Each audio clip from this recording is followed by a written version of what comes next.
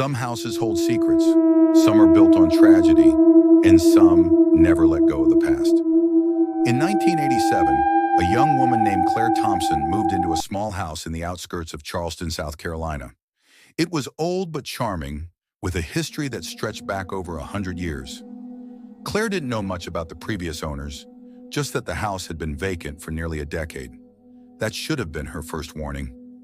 It started with small things, cold spots that lingered even in the height of summer, the feeling of being watched, strange noises at odd hours, footsteps creaking when she was alone, faint whispers that never quite formed words. She ignored them at first, until the nightmares started. Every night she dreamed of a woman, pale, hollow-eyed, trapped in darkness.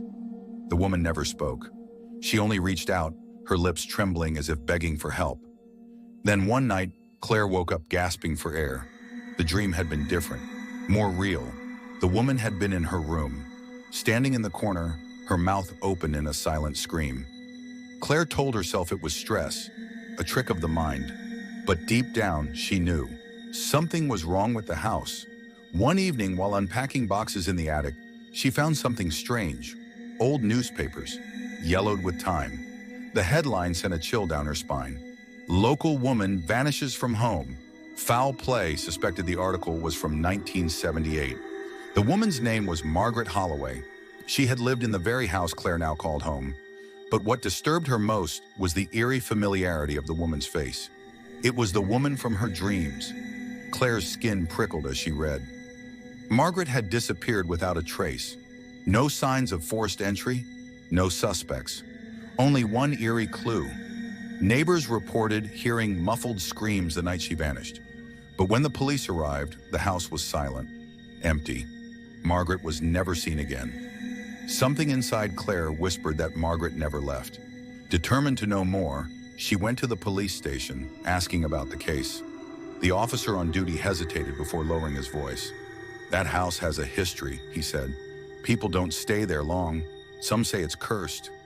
He told her there had been other reports. Other tenants who had heard whispers in the night, seen shadows move where no one should be. And then there was the smell. Claire stiffened. She knew exactly what he meant. That sickly, rotting scent that sometimes filled the hallway. She had blamed it on the old pipes. But now she wasn't so sure. That night, the dreams came stronger. Margaret wasn't just reaching for her. She was pointing, desperate. Claire woke up gasping, heart pounding.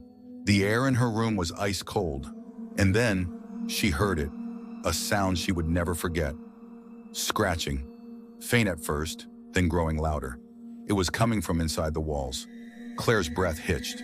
The noise grew frantic, as if something or someone was trapped. She scrambled out of bed, pressing her ear to the wall. A muffled sob echoed through the wood. The next morning, she made a decision. She called a contractor to inspect the house. "I think something's wrong with the walls," she told him, trying to keep her voice steady. The man arrived that afternoon, knocking on the walls, listening. Then his face darkened. "There's something hollow behind here," he muttered, "like a hidden space." Claire's stomach twisted as he pried open a section of the drywall. Dust spilled into the air. And then, something else. Bones, old, brittle, buried deep within the walls. Claire stumbled back, a scream catching in her throat. The contractor turned pale, fumbling for his phone. Within hours, the police were swarming the house. The forensic team confirmed what Claire already knew. The remains belonged to Margaret Holloway. She hadn't vanished. She had been murdered, trapped inside her own home, left to die. The police reopened the case, questioning old neighbors. Slowly, a horrifying truth unraveled. Margaret's husband, Daniel Holloway, had been abusive. Neighbors had heard fights, seen bruises. But back then, things like that were ignored. One night, after yet another violent argument, Margaret had disappeared. Daniel told everyone she left him, moved away, started fresh. But the house knew the truth. Daniel had sealed her inside the walls, and she had spent years trying to be found. Daniel Holloway was long gone, died in a car accident in 1982. He never paid for what he did, but Margaret never let the house forget. After the remains were properly buried, the strange occurrences in the house stopped. The cold spots faded, the whispers silenced, the nightmares ended. Claire sold the house shortly after, unable to shake the feeling that the walls had seen too much. Today, the house still stands. New owners, fresh paint, a new beginning. But sometimes late at night, neighbors say they still hear scratching inside the walls.